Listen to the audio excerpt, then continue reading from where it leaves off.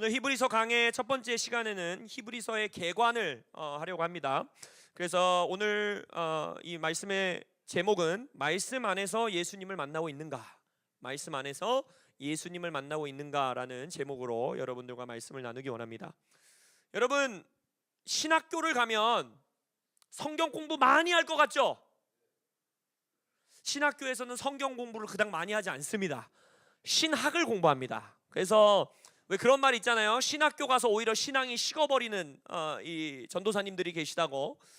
그래서 이 신학교라는 곳이, 저도 처음에는 신학교 가면 막 마태복음에서부터 계시록까지 막 말씀을 다 파고 막 쪼개고 막 원어로 보고 막 영어로 보고 뭐 라틴어로 보고 다 이럴 줄 알았는데, 성경을 실제적으로 공부하는 수업은 굉장히 적습니다.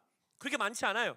뭐 신약 성경 개론, 구약 성경 개론, 뭐 예배학, 전도학, 전도도 배우는 거 아세요? 전도학.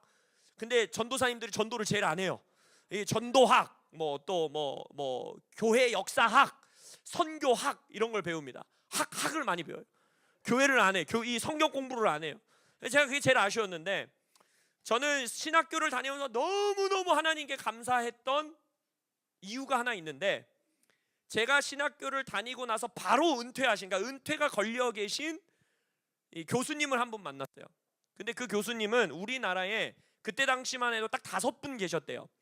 이 왜 그 아시죠? 막 그 사회 문서 막 이런 거 아시죠? 막 찢겨져 나간 것 같은 그 종이들 있잖아요. 그런 거 보면서 이 성경 번역하는, 그러니까 그분은 라틴어, 헬라어, 히브리어, 영어, 독일어, 한국어 이거가 다 능통해요. 그냥 대화가 돼요. 그래서 막 이스라엘 성지순례 가면 이스라엘 사람들이랑 막 히브리어로 막 대화하시고, 그러니까 막 천재예요, 천재. 근데 신학교도 직장 생활 하다가 거의 이 30 중후반 넘으셔서 신학을 시작하셔서 초고속 승진을 해서 교수가 되신 그러한 분이셨는데, 이 교수님이 너무나 감사하게 모든 수업을 성경을 가지고 하셨어요. 저는 너무너무 좋았어요. 원래 제가 다니던 이 신학학과에서는 이분 수업이 별로 몇 개가 없었는데, 일부러 저는 학교 안 가도 되는 날에 제 맘대로 그냥 청강생으로 등록을 해갖고 이분 수업은 제가 다 찾아 들을 정도로. 근데 제가 신학교 1학년 신대원생 1학년 1학기 첫 수업이 바로 그 교수님이 진행하시는 히브리서 수업이었어요. 그래서 한 학기 내내 히브리서 1장부터 마지막 장까지 원어로 공부하고 뭐 역사적으로 공부하고 뭐 아무튼 어마어마하게 공부한 이제 그 시간을 보내면서 신학교에서 저를 가장 은혜받게 한 책이 히브리서였어요. 그리고 이 히브리서가 이 시대에 왜 중요하냐, 우리가 이제 1장부터 끝장까지 하나하나 보겠지만, 사도들이 쓴 서신서를 보면 다 종말론적인 관점 안에서 그 편지를 교회들에게 보냅니다. 왜냐하면 이 사도들은 자기들의 살아생전에 예수님이 올 거라고 믿었어요. 예수님이 내가 곧 오리라 했기 때문에 진짜 문자 그대로 곧 오실 줄 알았어요. 그래서 내가 죽기 전에 예수님이 오실 거다라는 믿음을 가지고 신앙생활을 했던 자들이 1세기 사도들이에요. 그러니까 그들의 그 종말론적인 라이프 스타일, 종말론적인 티칭, 종말론적인 강의들이 다 담겨져 있는 것이 서신서입니다. 근데 그 중에서도 종말론적인 시선 아래 가장 강력한 책 중에 하나가 바로 히브리서예요. 이런 말들을 많이 해요. 로마서는 피의 책이다. 왜냐하면 예수 그리스도의 보혈을 가장 명확하게 전달하고 있는, 그래서 복음의 서신이다라고 말하잖아요. 그래서 가장 많은 사람을 보혈로 구원받게 한 책이어서 피의 서신이다라고 불려요. 근데 히브리서 또한 별명이 피의 서신입니다. 근데 이 피의 서신은 어떤 의미이냐? 가장 많은 사람을 순교의 피를 흘리게 한 서신이다. 이 히브리서로 인하여서 순교자들이 담대함을 얻게 되고, 순교자들이 주님 앞에 목숨을 내어놓기를 두려워하지 않게 된 책, 이 히브리서에서. 그래서 히브리서의 나중에 우리가 결론장 13장에 가면은 주제가 뭐냐, 이 결론이 뭐냐, 이것은 설교로 작성된 책인데 설교의 결론이 있잖아요, 그죠? 저도 여러분들에게 설교를 할 때 그래서 우리는 뭘 해야 하는가라고 거의 결론을 짓잖아요. 이 결론은 뭐냐? 죽어라예요. 죽어라. 복음 때문에 죽어라. 예수 그리스도가 십자가를 지려 영문 밖으로 나아가시지 않았느냐? 우리도 예수를 따라 영문 밖으로 나아가자 이래요. 죽으라는 거예요. 그러니까 이 편지, 이 설교를 받고 있는 지금 수신자들은, 이 설교를 듣고 있는 청중들은 어느 상황에 처해 있는 거냐면, 복음 때문에 목숨을 내어놔야 되거나, 복음 때문에 내 재물을 내어놔야 되거나, 복음 때문에 내 직장을 잃어버리거나, 복음 때문에 사회적으로 매장되어야 하는 상황 속에 처해 있는 자들에게 주신 서신인 것입니다. 그래서 하나님께서 이 시즌 저에게 지금까지 제가 교회 개척을 하고 지금까지 어떤 한 성경 한 책을 가지고 강해 설교를 하는 건 처음이에요. 저에게도. 근데 이렇게 하게 하는 하나님의 좀 이유가 있으시다라는 마음, 첫 번째는 우리 성도님들이 성경의 문해력이 높아지기를 바랍니다. 할렐루야. 이 신앙생활을 20년, 30년, 15년, 10년씩 해도 성경 한 권 한 권의 주제, 성경 한 권이 말하고 있는 내용들, 어떤 그냥 몇 구절 암송하는 것이 아니라 이 책을 통하여, 이 성경을 통하여, 또 역사의 흐름 가운데서 하나님이 이 책을 통해 우리에게 말씀하시는 건 뭐고, 이 시대를 향한 하나님의 음성은 뭐고, 이 성경의 역사적인 배경은 뭐고, 이 성경은 어떤 시대에 쓰여졌고, 그래서 지금 이 시대에게 뭘 말씀하고 계시고, 이런 것들을 너무 몰라요. 설교 메시지에 의지하는, 이제 나중에 히브리서에서 그걸 뭐라고 하느냐, 젖먹는 아이와 같은 신앙생활을 종결짓기 위해서 강해 설교를 시작합니다. 할렐루야. 저는 이런 말 많이 들었어요. 이 주변에 이제 어른 목사님들이나 이런 분들이 강해 설교만이 진정한 설교다, 강해 설교 아닌 주제 설교, 뭐 아니면 뭐 막 어떤 이 주제 테마를 정해놓고 하는 설교는 가짜 설교다, 이런 말을 많이 하시거든요.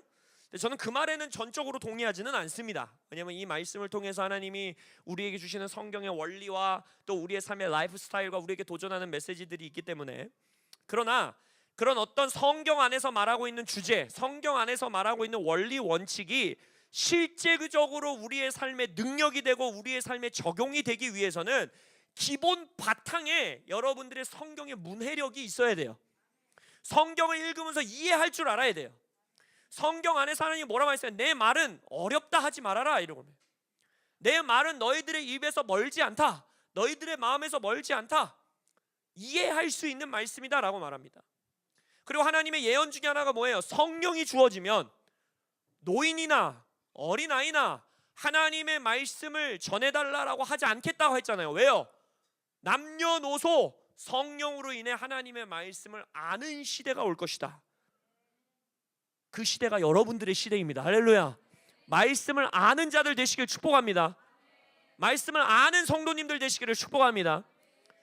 그래서 앞으로도 주님이 열어주신다면 1년에 한두 번은 어떤 성경 한 책을 저희가 딱 집어서 이 강해 설교를 해나가는 시간들을 가지려고 해요. 그래서 여러분들이 성경에 능통한 자들이 되기를 원합니다.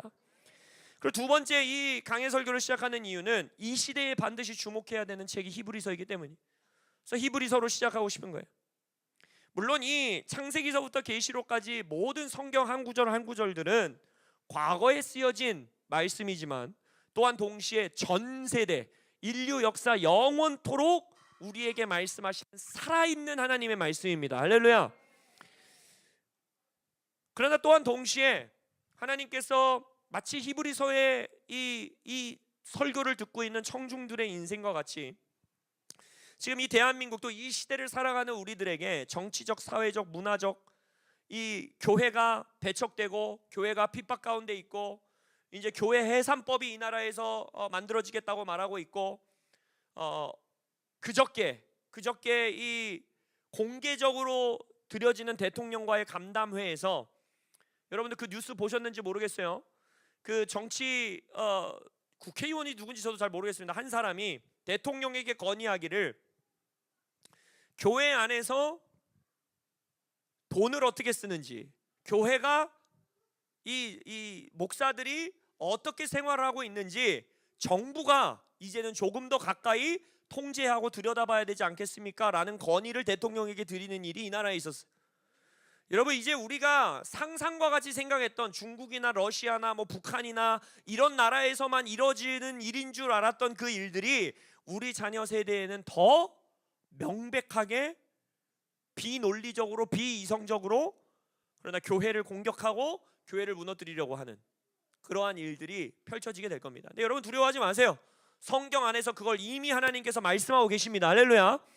그러나 또한 그러한 시대가 펼쳐지고 있는 이때에, 그렇기 때문에 누구보다, 어떤 책보다도 우리가 히브리서를 통하여서 이 마지막 때에 살아남는 자가 아니라 계시록에서 말하는 것처럼 이기는 자가 되기 위하여 이 말씀이 우리의 능력 되시기를 예수의 이름으로 선포합니다.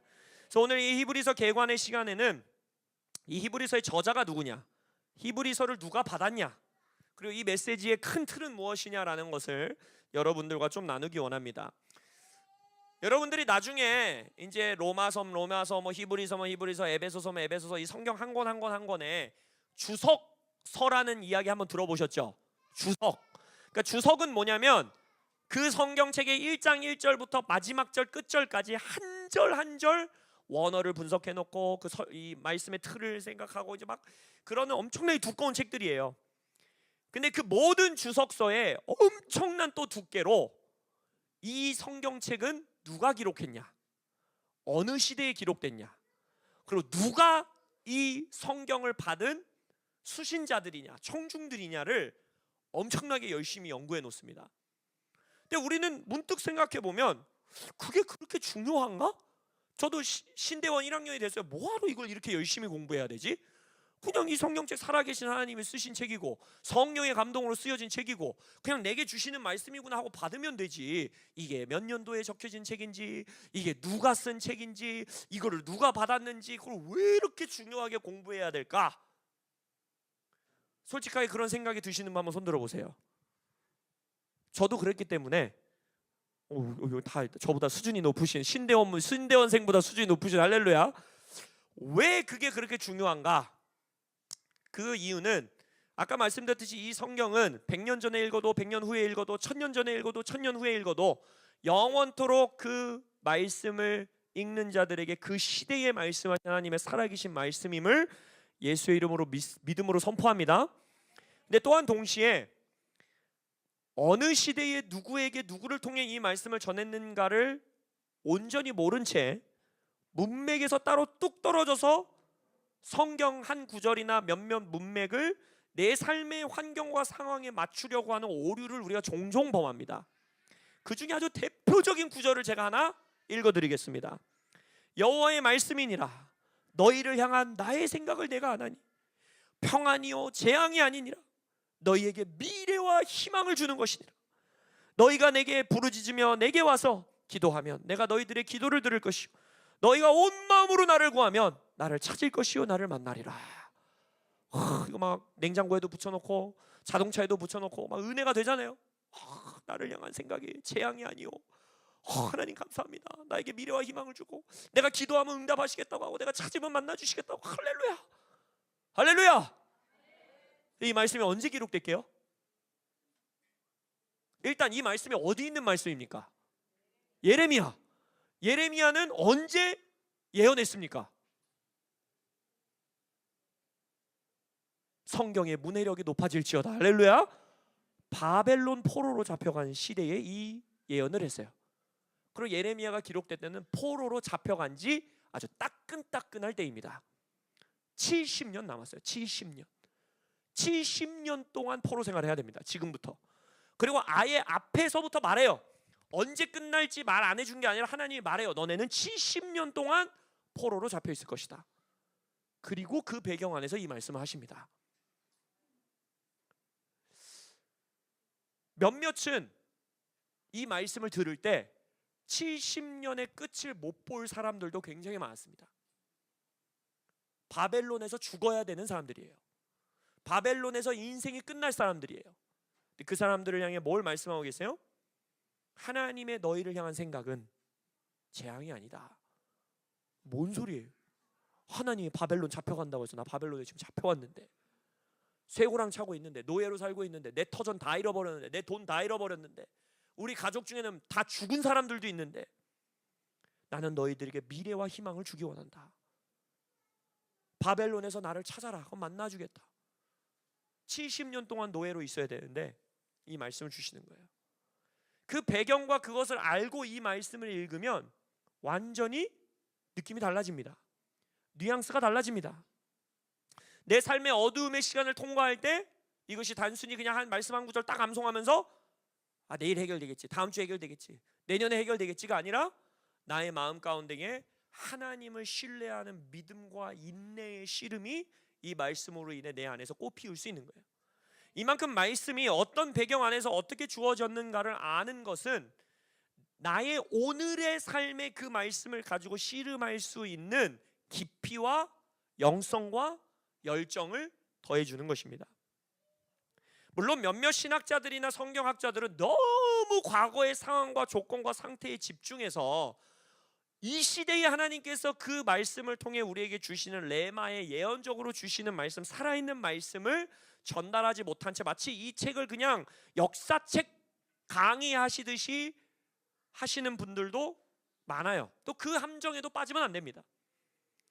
그러나 성경의 문해력이 부족해서 이 귀한 말씀을 내 삶에 온전히 살아내지 못하는 그런 젖먹이와 같은, 히브리서에서 말하는 단단한 음식을 못 먹는, 고기를 씹어 먹을 수 없는 그러한 성도들로 10년 20년 살아가지 않는 여러분들 되시길 예수 이름으로 축복합니다.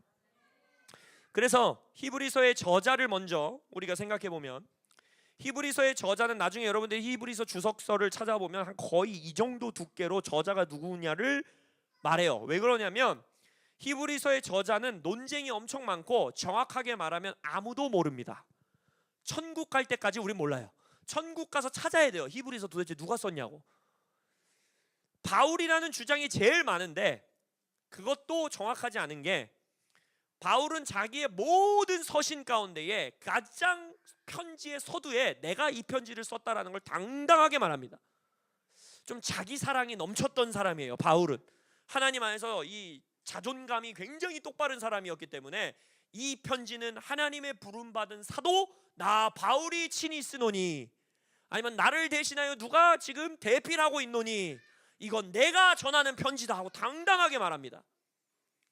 근데 히브리서에서는 앞에 그 서론이 없어요.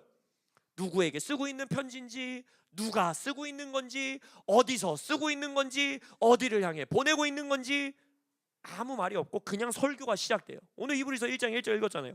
옛적의 선지자들을 통하여 그냥 설교의 서론이 나와버리는 거예요. 그러니까 이거는 말이 안 된다. 바울이 썼을 리가 없다. 근데 더 나아가 히브리서 2장 3절에 보면 이 구원은 처음에 주로 말씀하신 바요 들은 자들이 우리에게 확증한 바니라고 했죠. 그러니까 이 말씀, 이 구원을 받은 것이 처음에 주로 말씀하신 바는 이제 그 예수님과 함께 그 땅에 살았던 자들을 말하는 거겠죠. 그거를 들은 자들이 우리에게 확증했대요. 그러니까 이미 예수님이 죽고 부활하시고 승천하신 이후에 자기들은 예수님을 한 번도 눈으로 본 적이 없는 거예요. 근데 다른 누군가가 우리에게 이 말씀을 전해줬다라고 하는데 사도 바울은 이런 말을 절대 안 합니다. 자기가 직접 예수님을 만났다라고 모든 서신에 말해요. 환상 가운데 예수님을 만나잖아요. 그렇기 때문에 이건 바울이 썼다라고 말할 수 없는, 그래서 사도 바울은 예수 그리스도의 사도로서 자신의 권위를 굉장히 강조하기 때문에 내가 다른 자들에게 이 복음을 전달받았다라는 말을 할 리가 없는 그러한 사도인 것입니다. 그리고 히브리서의 그래서 저자는 아무도 모릅니다. 누군지 몰라요. 근데 히브리서의 이 특징 중에 하나는 대부분의 이 신약 성경들은 서신의 형태로 되어 있기 때문에 1장 1절부터 쭉 읽어나가면 서신의 서론이 나와요. 아까 말했듯이 로마서면 로마에 있는 교회에게 편지하노니, 에베소면 에베소에 있는 교회에게 편지하노니, 그죠? 그러니까 이 편지 형태로 누가 쓰고 있는지, 누구에게 보내고 있는지, 그리고 인사를 주고 내가 너희들에게 문안하노라 이러면서 던진단 말이죠. 근데 이 히브리서는 앞에 서론이 없어요. 편지 끌 서론이 없어요. 바로 설교로 시작합니다. 그리고 물론 이 13장 마무리장에 가면 편지 형식으로 마무리하기는 해요. 뭐 누구누구에게 문안해라, 누구누구에게 문안해라라는 것은 하지만, 그래서 히브리서가 편지로 보내진 글은 맞습니다. 그러나 거의 모든 신약 성경학자들과 신학자들이 동의하는 것은 분명히 이 히브리서는 설교문으로 읽혀질 목적으로 보내진 편지다라고 말해요.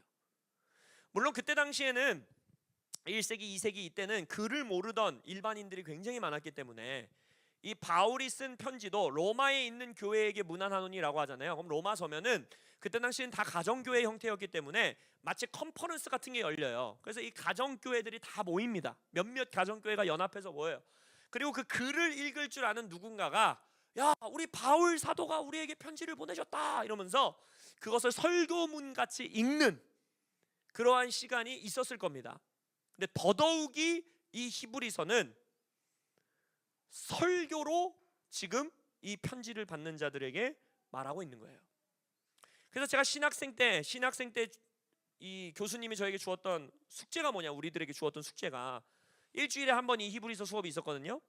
매주 히브리서를 서서든 서서 하라고 했는데, 근데 앉아서든 서서든 소리내서 설교하듯이 1장 1절부터 13장 마지막 절까지 일주일에 한 번 읽고 오게 하는 거예요. 마치 내가 나 스스로에게 설교하듯이. 그러면 몇 분 정도 걸리냐? 또박또박 여러분들이 이걸 소리내서 읽으면 40분에서 45분 정도 걸립니다. 제가 이 말을 왜 할까요?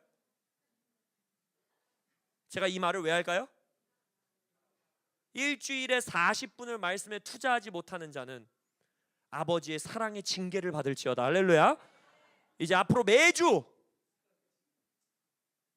교회 오기 전에 히브리서를 딱 펴시고 소리내서 1장 1절부터 13장 마지막 절까지 최소 한 번 읽고 오시기를. 어느 날 제가 부지불식간에 숙제 검사를 할 수 있습니다. 그래서 매주 읽고 오세요. 그래서 이 진리의 선포가 여러분들의 영혼에 울리게 하시기를 바랍니다. 자, 그러면 이 편지를 누가 썼는지도 모르고 이 설교라는 건 알았는데 이 설교를 그럼 듣는 청중이 누구냐? 이것도 여러 가지 이야기가 있지만 그것은 이 설교문에 약간 힌트가 있습니다. 이것이다라고 어떤 신학자들도 장담할 수는 없지만 대부분의 보수적이고 전통적인 신학자들이 동의하는 것은 뭐냐면 이 편지는, 이 설교는 아마도 로마에 있는 기독교인 공동체에게 보내졌을 것이다 라고 말해요. 왜냐하면 히브리서 13장 24절을 보면 너희를 인도하는 자들과 및 모든 성도들에게 문안하라. 이달리아가 어딜까요? 이탈리아, 그죠? 이태리, 그러니까 로마죠. 로마. 그 시대 당시에는 이달리아에서 온 자들도 너희에게 문안하노라. 그러니까 이 편지를 지금 어디서 쓰고 있는지는 모르는데 아마도 로마 바깥쪽인 것 같아요. 누군가가 이 설교문을 작성하면서 로마에서 온 사람들이 자기에게 온 거예요. 그리고 아마도 모든 성경학자들이 거의 동의하는 것은 이 설교를 적은 그 설교자가 그 이달리아에서 온 자들에게 이 편지를 맡겨서 그 자들이 다시 로마로 가지고 가서 그 로마의 핍박 가운데 있는 성도들에게 이 설교를 전달했을 것이다 라고 거의 대부분 동의합니다. 그래서 이 편지가 기록된 우리가 연수, 이건 정확하게 막 디테일하게 얘기 나누진 않겠지만 이 편지가 쓰여진 때 당시에도 로마 시대에 이제 곧 기독교인들을 향한 큰 대박해가 시작되는, 그리고 약간 그 형태들이 이미 드러나고 있는 그때 당시에 이 편지가 전달되었을 것이라고 대부분 동의를 합니다. 그러면 이 편지를 받은, 이 설교를 받은 성도들의 상태가 어땠는가? 그거는 성경 속에 수많은 힌트들이 있어요. 히브리서 2장 3절에서 4절을 보면 우리가 이같이 큰 구원을 등한히 여기면 어찌 그 보응을 피하리요?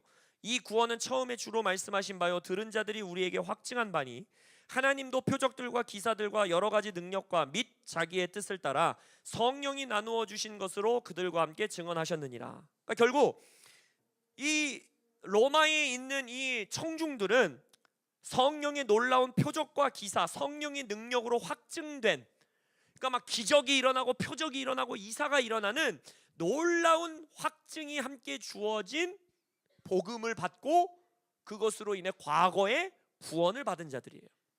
막 성령의 강력한 역사하심을 경험한 거예요. 그리고 히브리서 6장 4절 5절을 보면 한 번 빛을 받고 하늘의 은사를 맛보고 성령에 참여한 바 되고, 한 번 했다는 거예요. 이미 너네들은 그런 경험이 있다는 거예요. 하나님의 빛을 받았고 성령의 은사를 맛봤고 성령에 참여한 바 되었고 하나님의 선한 말씀과 내세의 능력을 맛봤다는 거예요. 그러니까 성령 체험, 성령 경험, 그것들이 굉장히 풍부한 성도들이라는 뜻입니다. 또 히브리서 10장 32절의 이하의 말씀을 보면 전날에 너희가 빛을 받은 후에, 그러니까 복음을 받았다라는 거죠. 구원 받았다라는 거죠. 고난의 큰 싸움을 견뎌낸 것을 생각하라.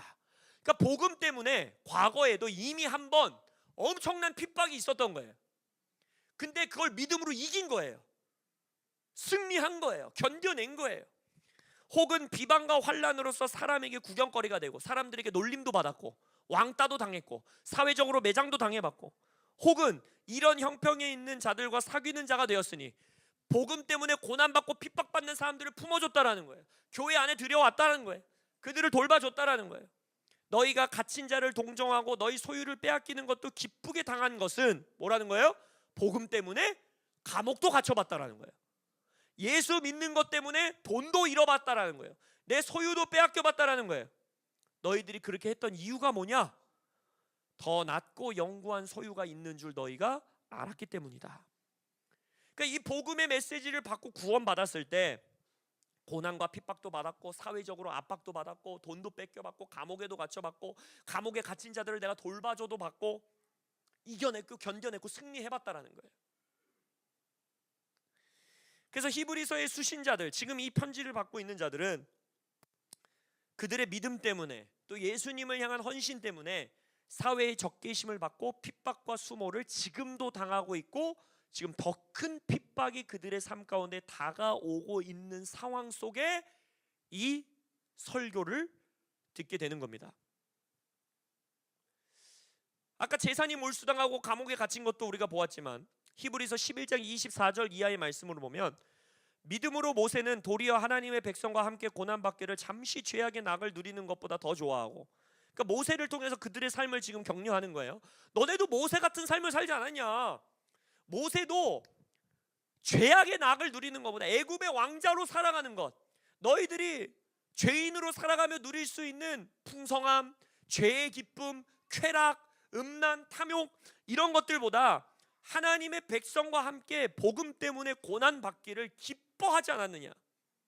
그리스도를 위하여 받는 수모를 애굽의 모든 보화보다 더 큰 재물로 여겼으니 이는 상 주심을 바라봅니다. 지금 이러한 상황 가운데 있는 성도들을 격려하는 거예요.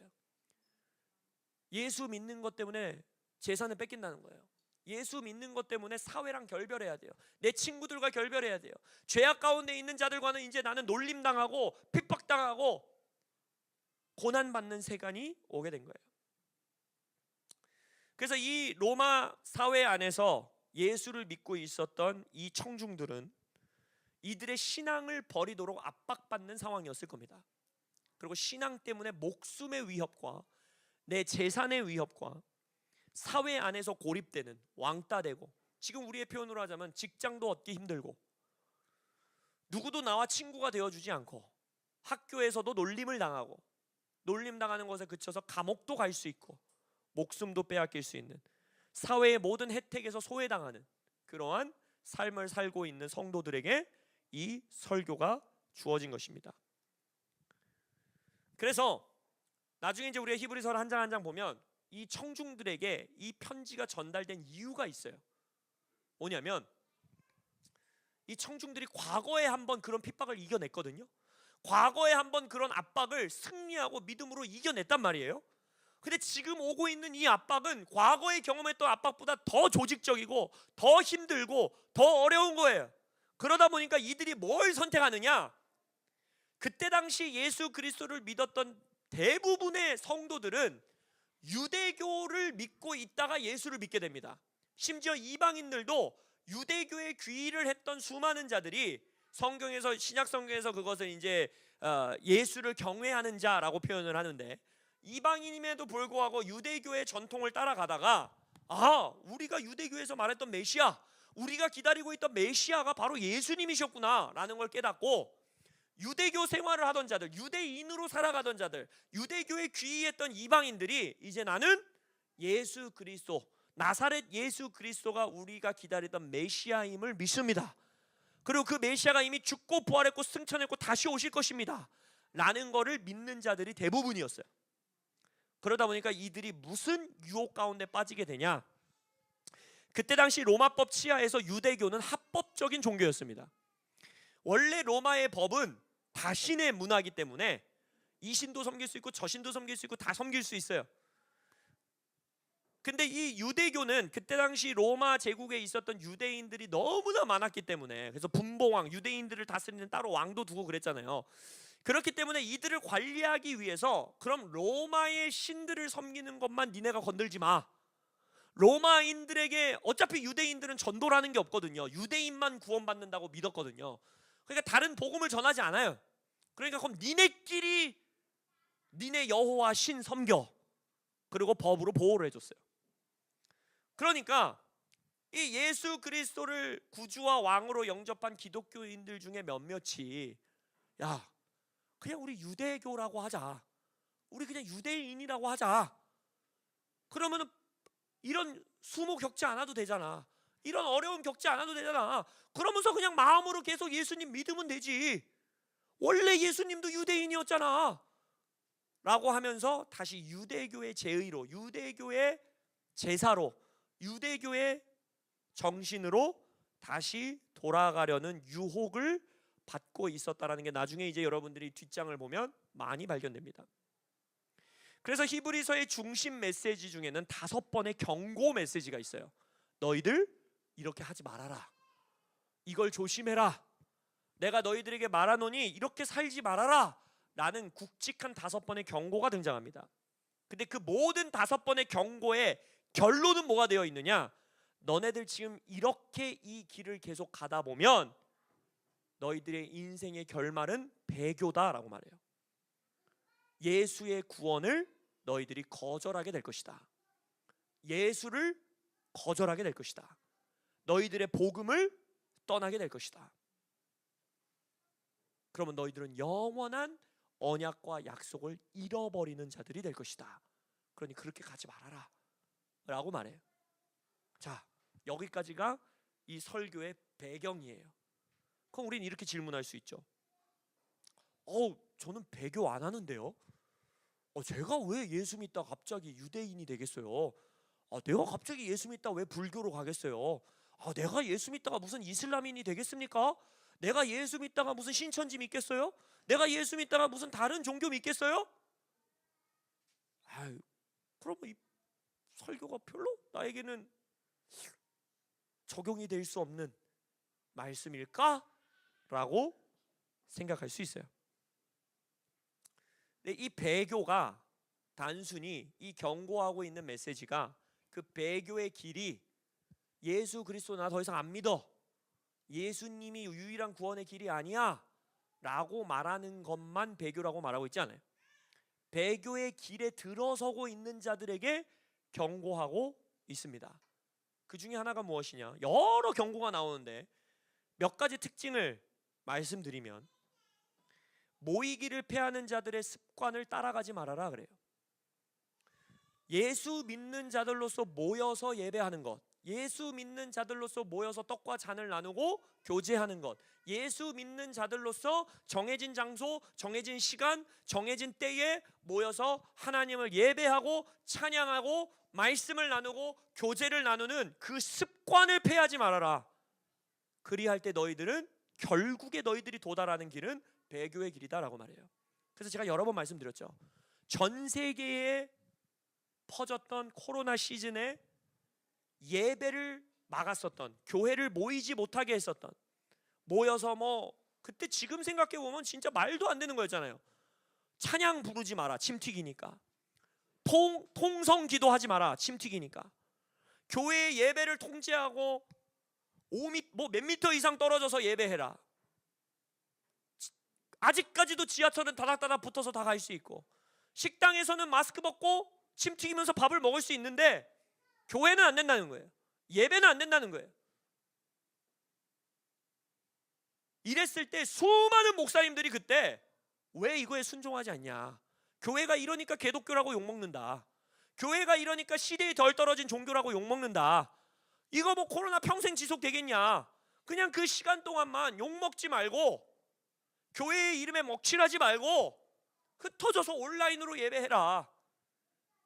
물론 하나님은 모든 것을 합력하여 선을 이루시기 때문에 그 코로나 시즌을 통해서 이 온라인을 통해서 엄청난 하나님의 복음과 말씀이 퍼지는 일에 하나님이 그것을 선용하셨습니다.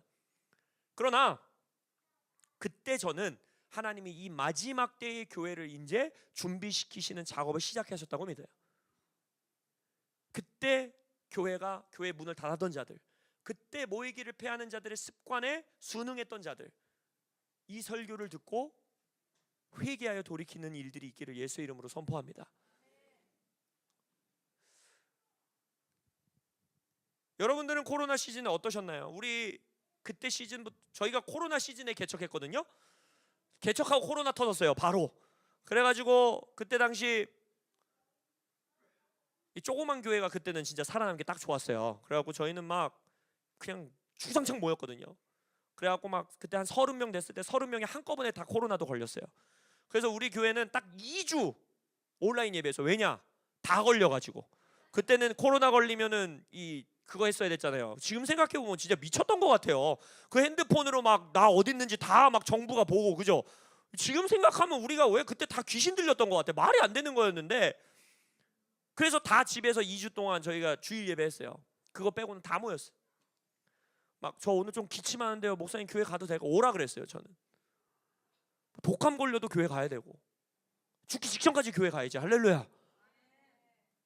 또 다른 이 히브리서에서 경고하고 있는 또 다른 배교의 길의 묘사들, 신앙으로 인해서 불편한 상황들, 내가 예수 믿는 것 때문에 민망한 상황들, 놀림 당해야 되는 상황들, 조롱 당해야 되는 상황들, 굳이 나의 신앙을 안 드러내려면 안 드러내도 되는 상황들, 그때 너희들의 선택이 무엇이냐 라고 도전하고 있다는 거예요. 나 예수 안 믿어요. 예수 안 믿어요. 예수 안 믿어요. 라는 것만 말하는 게 아니라 내 신앙을 숨기는 자들, 사회에서 받는 불이익이나 내가 혜택을 못 받는 것 때문에 그것을 굳이 드러내지 않는 자들, 그런 자들을 경고하고 있어요. 여러분의 삶은 어떠십니까? 코로나 시즌에 저희가 상담하러 어떤 한 청년이 왔어요.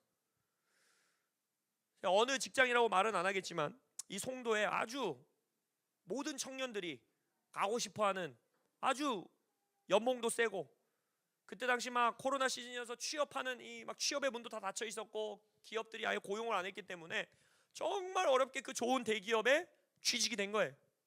근데 그 직장은 이제 갓 취직된 이제 이 신입 사원들을 자신들의 기숙사에 3개월인가를 같이 살게 하면서 그 회사의 문화, 그 회사의 뭐 여러 가지 것들을 교육하는 그러한 시간들을 지났어야 됐어요.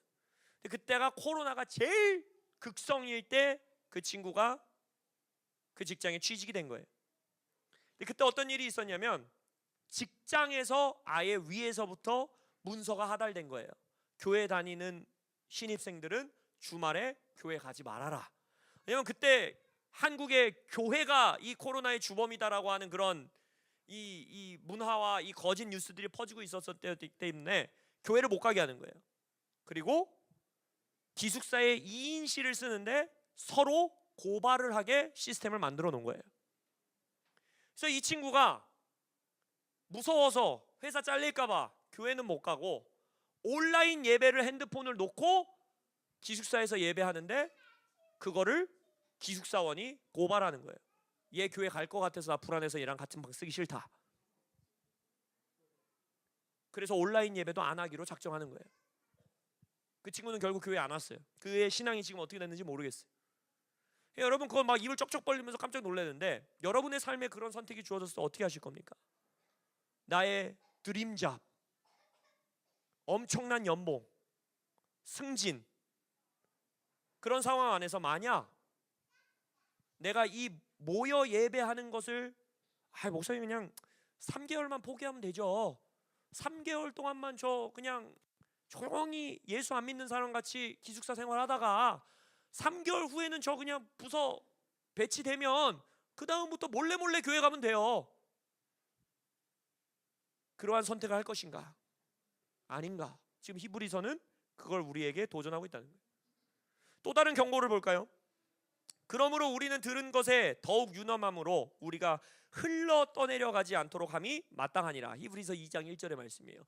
이 흘러 떠내려간다라는 말의 의미가 뭐냐면 이런 그림입니다. 나는 움직이지 않아요. 그냥 그 자리에 그대로 서 있어요. 근데 물이 나를 흘러 지나가는 거예요. 근데 이거를 뭐라고 표현한 거냐? 너는 떠내려가고 있다라고 말하는 거예요. 결국 뭐예요? 믿음이 성장하지 않는 상태. 작년의 믿음과 지난달의 믿음과 어제의 믿음과 그저께의 믿음과 나의 오늘의 믿음이 동일하게 있는 자들에게는 한 번 극심한 고난을 너희들이 이겨냈더라 할지라도 그 상태에 네가 머물러 있으면 히브리서의 설교자는 경고하는 거예요. 너는 지금 뒤처지고 있다. 배교의 길로 들어서고 있다. 여러분들의 신앙의 성장은 지금 어떻게 되어 있습니까? 작년에 나의 기도의 삶, 지난달에 나의 예수님과의 친밀함, 어제 내가 죄를 싸웠던 싸움, 그것이 오늘 나에게 더 치열하고 더 열정적이고 더 깊이 하나님 앞에 나아가고 있는가? 이 마지막 때 히브리서는 우리에게 도전하고 있다는 것입니다. 히브리서 5장 11절 이하의 경고는 이렇게 말해요. 우리가 할 말이 많으나 너희는 듣는 것이 둔함으로 설명하기 어렵다. 때가 오래되었으므로 너희가 마땅히 선생이 되었어야 되는데 너희가 다시 하나님의 말씀의 초보에 대하여 누구에게나 가르침을 받아야 할 처지니 단단한 음식은 못 먹고 젖이나 먹어야 할 자가 되었도다. 이는 젖을 먹는 자마다 어린아이니 의의 말씀을 경험하지 못했다. 6장 우리가 간절히 원하는 것은 너희 각 사람이 동일한 부지런함을 나타내서 끝까지 소망의 풍성함에 이르러 게으르지 아니하고 믿음과 오래 참음으로 말미암아 약속들을 기업으로 받는 자들을 본받는 자 되게 하려 하는 것이라. 이 5장의 말씀에 너희들이 말씀을 듣는 것에 둔하다라는 그 둔하다라는 단어와 너희들이 게으르다라는 단어는 똑같은 헬라어입니다. 결국 지금 뭘 경고하고 있는 거예요? 너희들이 말씀을 연구하고 말씀을 살아내고 말씀을 공부하고 말씀을 묵상하고 믿음의 씨름을 하는 데 있어서 게으르다는 거예요. 매일매일의 그냥 삶에 치여서 말씀과 기도와 이 핍박을 이겨내는 힘이 없다라는 거예요. 왜? 게으르기 때문에. 신앙에 시간을 들이지 않기 때문에, 에너지를 들이지 않기 때문에, 능동적이지 않기 때문에, 적극적이지 않기 때문에. 너희들이 이전에는 그 핍박을 한번 이겨냈을지 모르지만 지금 다가오는 이 핍박에는 너희들이 배교의 길을 선택하게 될 거라는 거예요. 신앙에 열심이 없기 때문에, 게으름의 자리에 있기 때문에, 말씀에 둔하고 말씀을 알아듣지 못하고 성경을 읽는데 이해가 되지 않고, 근데 이해가 되지 않는 것에 대한 답답함이 없고 간절함이 없고 말씀이 이해되지 않아서 내가 둔한 것 같아서 그것을 벗어나기 위해서 씨름하지 않고, 그러한 자들에게 히브리서의 설교자는 경고하고 있다는 거예요. 그러니까 지금은 너희들이 아닌 듯 같지만, 지금은 너희들이 당장 내일 내가 예수 믿지 않습니다, 나는 마치 다른 신 섬기는 자 같이 그냥 살아가겠습니다 라고 고백하지 않을 것 같지만, 이 마지막 때에 너희들의 신앙 때문에 압박이 주어지고 믿음의 선택을 해야 되는, 순교도 감당해야 될지 모르는, 이 결론이 순교라 그랬잖아요. 너네 순교해야 된다. 근데 너희들이 그 순교의 자리에 섰을 때 너희들이 배교할까 내가 두렵다라는 편지를 지금 쓰는 거예요. 너희들이 직장과 믿음을 선택해야 되는 순간이 너희들의 살아생전에 올 수 있다. 청년들아, 너희들이 월급을 이만큼 받느냐를 믿음 때문에 선택해야 되는 상황이 주어질 수 있다.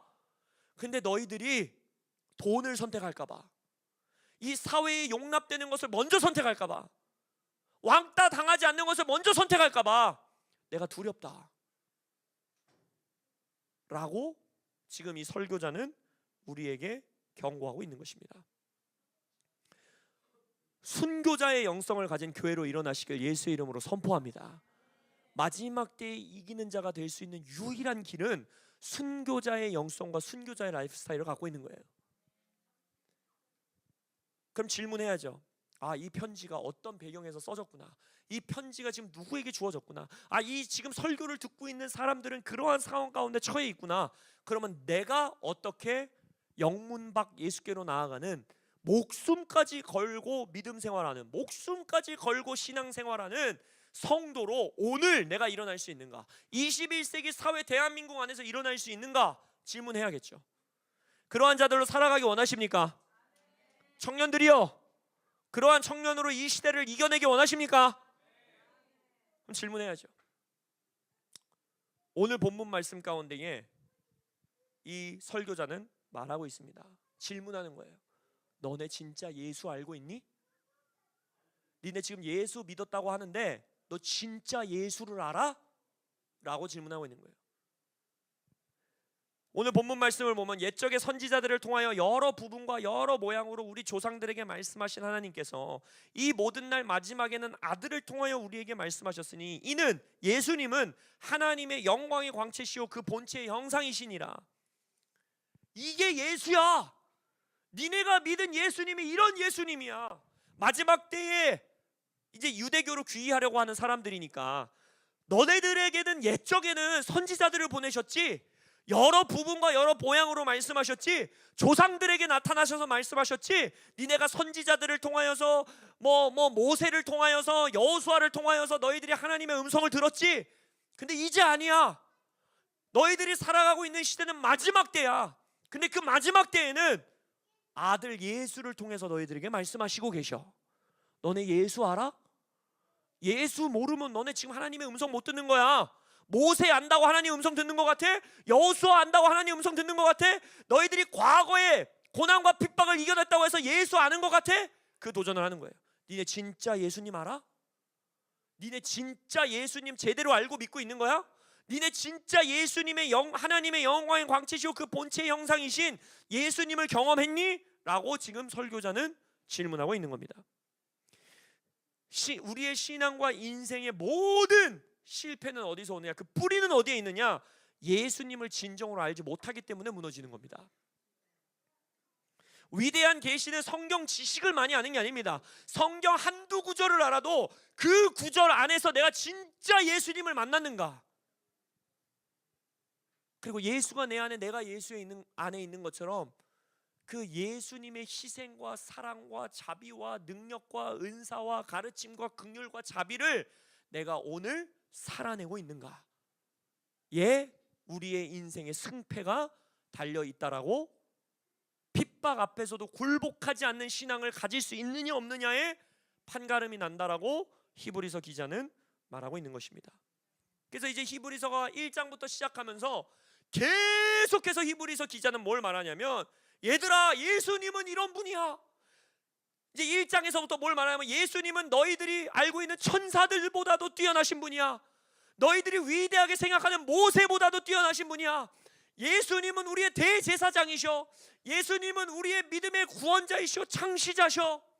이러면서 예수님이 어떤 분이신지를 설교로 쫙 얘기해.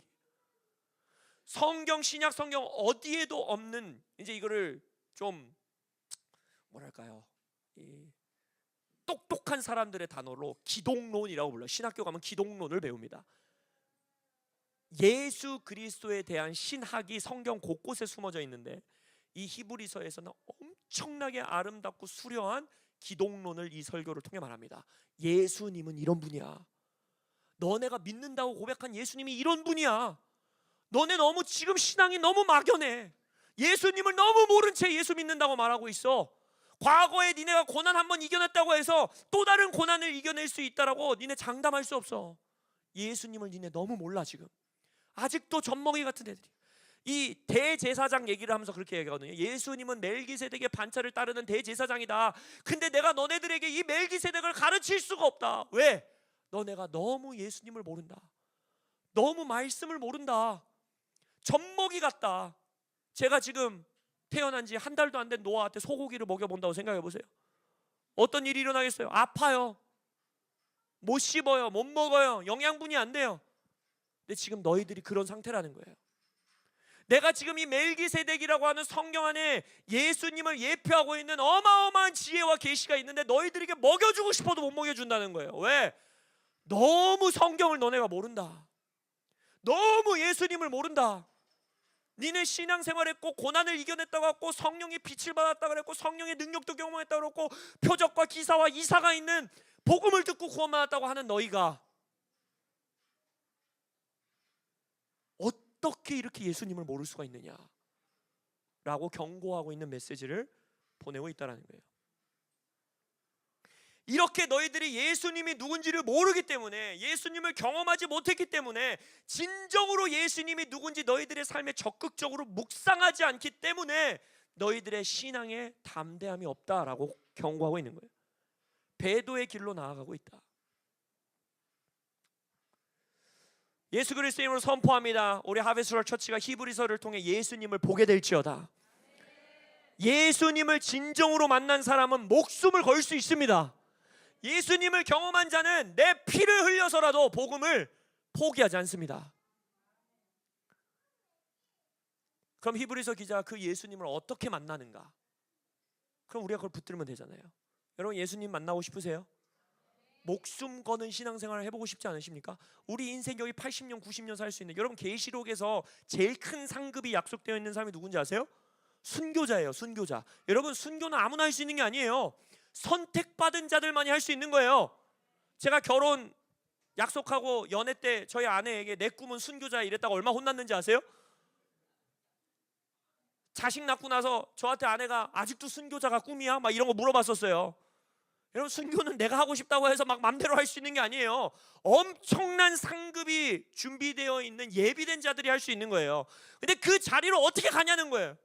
예수를 만난 자들, 예수를 아는 자들, 예수에게 매혹당한 자들, 예수에게 사로잡힌 자들.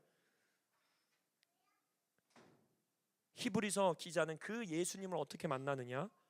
말씀을 통해 만나야 된다라고 우리에게 선포하는 거예요. 이 히브리서가 공부하기에 되게 재밌는 성경책인 이유가 하나 있습니다. 여러분 신약 성경의 17권에는요 구약 성경을 인용합니다. 그러니까 이 신약 성경을 썼던 바울, 베드로, 누가, 마태, 이 사람들이 구약 성경 말씀을 인용해서 신약 성경을 기록하고 있다는 거예요. 당연히 그렇게 하겠죠, 그죠? 구약 성경이 여호와 하나님이고 그 하나님 아버지께서 예수를 이 땅에 보내신 거니까, 야야야 너네 구약 성경 잘 알지? 이 이사야에서 말하고 있는 이분이 예수님이야, 이 예레미야에서 말하고 있는 이분이 예수님이야 라고 당연히 인용할 거 아니에요. 그래서 신약 성경 17권에는 구약 성경 29권에서부터 312군데의 말씀을 인용합니다. 물론 이제 이건 직접 인용만 말하는 거고, 암시적으로 인용한 구절은 당연히 훨씬 더 많아요. 근데 직접적으로 딱 보면 이 구절이구나 라고 알 수 있는 인용이 한 312군데 정도 돼요, 신약 성경에. 근데 히브리서는 로마서 다음으로 가장 많은 구약 성경을 인용하는 성경책이에요. 근데 로마서와의 차이점이 하나 있는데, 로마서는 9장, 10장, 11장에 구약 성경 인용이 몰려 있어요. 왜냐하면 이스라엘에 대해서 설명해야 되기 때문에. 근데 히브리서는 모든 신약 성경 중에 유일하게 1장부터 13장까지 매 장에서 구약 성경을 인용합니다. 유일해요, 모든 신약 성경에. 그리고 히브리서의 놀라운 점은 구약 성경을 이곳저곳에서 인용합니다. 11권의 구약 성경을 인용해요. 창세기, 출애굽기, 민수기, 신명기, 사무엘하, 시편, 잠언, 이사야서, 예레미야서, 하박국서, 학개서의 말씀을 다 인용합니다. 직접 인용으로. 암시로 인용한 거면 훨씬 많아요. 로마서보다 많아요. 그러니까 율법서, 시가서, 예언서에서 말씀을 다 인용하는 거예요. 암시로 인용한 것까지 따지면은 암시만 180군데예요. 신약 성경에서 유일하게 매장 성경을 인용하고 있어요. 그러니까 이 히브리서 기자는 이 설교를 듣는 사람들에게 뭘 말하고 있는 거예요? 우리에게, 지금 이 시대를 살아가는 우리에게도 뭘 말하는 거예요? 너희들이 읽고 있는 이 말씀 안에서 예수님의 영광을 봐야 된다. 예수님이 대제사장이고, 예수님께서 우리의 믿음의 주관자이시고, 예수님께서 우리의 왕이시고, 예수님이 하나님의 아들이시고, 어떤 선지자보다, 어떤 성경 인물보다 위대하시고 아름다우시고 너희들의 목숨을 내어드리기에 마땅한 분이심을 말씀 안에서 볼 수 있는 눈이 열려야 된다. 그자만이 목숨을 걸 수 있다. 그자만이 핍박 안에서 견딜 수 있다. 그자만이 신앙의 압박이 주어졌을 때 무너지지 않고, 배교하지 않고, 부끄러워서 숨기지 않고, 놀림당할까 봐 숨기지 않고, 승진해야 되니까 숨기지 않고, 월급 더 받아야 되니까 숨기지 않고, 어제의 믿음과 오늘의 믿음과 1년 후의 믿음이 동일하지 않고 성장하고, 고기가 먹을 수 있는, 남들에게 말씀을 가르칠 수 있는 자리까지 나아가고, 그자가 바로 창세기부터 계시록까지 있는 말씀 안에서 예수를 만나는 자들이 살아낼 수 있는 인생이라는 거예요. 히브리서의 말씀 인용이 또 놀라운 점이 하나 있습니다. 다른 성경과 다르게 히브리서는 모든 말씀을 과거형이 아닌 현재형으로 인용합니다. 거의 모든 말씀, 몇 구절 빼고. 그리고 수동형이 아닌 능동형으로 성경 말씀들을 직접 인용합니다. 그 말은 뭐예요? 얘들아, 너희들이 지금 유대교로 귀의하려고 하니? 다시 목숨 부지하려고 해서 유대교로 돌아가려고 하니? 목숨 부지하기 위해서, 월급 부지하기 위해서, 승진 부지하기 위해서 예수에 대한 신앙을 숨기려고 하니? 아니야. 이 말씀은 종교 경전이 아니야. 이 말씀은 오늘날 살아있는 말씀이야. 이 말씀은 오늘날 너희들에게 말씀하는 말씀이야. 이 말씀은 너희들이 능동적으로 반응해야 되는 말씀이야. 이 말씀은 오늘 예수님이 살아계셔서 우리에게 이 마지막 날 이제는 아버지께서 예수 그리스도를 통해서 우리에게 말씀하시는 거야 라고 이 설교자는 말하고 계시는 거예요. 마지막 때의 종말론적인 삶, 순교자적인 삶은 여기서 나오는 거예요. 말씀을 읽을 때 그냥 나 그래도 1년에 1동원 해야지. 오늘 8장 진짜 읽기 미치겠어. 너무 읽기 싫어. 이러면서 읽는 거 말고 그렇게라도 읽을지어다. 할렐루야. 일단 펴세요. 할렐루야. 예수님이 말씀해 주시니까 엄마가 이거 해! 했을 때도 성경에도 나오잖아요. 하라고 했는데 하겠다고 하고 안 하는 아들이 있고, 안 하겠다고 했는데 하기 싫어. 진짜 해야겠다 하고 하는 아들이 있대요. 누가 더 낫대요? 하는 애가 낫대요. 최소한 그 자리로 갈지어다. 일동 하려면 하루에 4장 읽어야 돼. 진짜 나 너무 피곤한데 이거 읽고 자야 돼. 읽고 잘지어다. 일단 거기 가세요. 거기 가면 예수님을 만납니다. 거기 가면 성령의 음성이 들립니다. 거기 가면 과거형으로 읽었던 말씀이, 그냥 일독해야 되니까 읽던 말씀이, 수동적으로 읽히던 말씀이 어느 순간 현재형으로 나에게 들려옵니다. 수동형이 능동형으로 나에게 들려오는 순간이 옵니다. 그때 나는 목숨 걸 수 있는 거예요. 그때 내 믿음이 성장하는 거예요. 그때 나는 둔하고 게으르지 않는 자가 될 수 있는 거예요. 그때 나는 흘러 떠내려가는 자가 되지 않을 수 있는 거예요. 말씀을 사모하십시오. 말씀을 사모하십시오. 특히 우리가 사도적 교회를 표방하고 예언적 교회를 표방하고 성령에 살아계시는 이제 뭐 다른 사람들이 우리를 레이블할 때 은사주의적 교회다라고 말하는 우리 교회에서 더 강조해야 되고 붙들어야 하고 놓치지 않아야 되는 게 이 기록된 말씀입니다. 이 안에서 예수님을 만나지 못하면 아무리 내가 은사가 뛰어난 것 같아요. 여러분 기억나시죠? 지금 히브리서를 듣고 있는 청중들은 어마어마한 기적을 경험한 사람들입니다. 엄청난 성령의 은사를 맛본 자들입니다. 빛을 본 자들이라고 표현하고 있습니다. 근데도 마지막 때에 무너지기 직전이라는 거예요. 성령의 은사를 폄하하는 게 아닙니다. 우리 교회에서 엄청난 치유가 있기를 선포합니다. 예언이 넘쳐나는 교회 되기를 원합니다. 귀신이 떠나가는 교회 되길 원합니다. 성령의 표적과 기사가 나타나는 교회 되길 원합니다. 근데 그 근원이, 그 힘이 말씀 안에서 예수를 만난 자들을 통해 흘러나오길 저는 원합니다. 성령이 말씀을 계시해주고 조명해 주시길 예수 이름으로 축복합니다. 그게 우리가 누릴 수 있는 가장 큰 축복이에요. 그래서 우리가 이제 다음 주부터 히브리서 1장부터 그 예수님을 만날 것입니다. 그래서 여러분들에게 숙제가 뭐다? 눈으로 읽지 마세요. 그러면 20분이면 읽어요. 그거 말고 소리내서 또박또박, 옛 중에 말씀하셔서 이제 아들을 통하여 이렇게 하지 마시고 또박또박 1장 1절부터 13장 마지막 9절까지. 여러분 제가 해봤어요. 저도 숙제했잖아요. 교수님한테. 정확해요. 40분에서 45분 걸립니다. 그러니까 딱 되게 좋은 목사님이에요. 이 목사님은 40분 만에 설교 끝내주시는 목사님이에요. 할렐루야. 그러니까 이 히브리서 목사님의 설교에 귀 기울이시는 이번 이 시즌, 몇 개월의 시즌 되시기를 예수님의 이름으로 축복합니다. 아멘. 우리 기도하시겠습니다.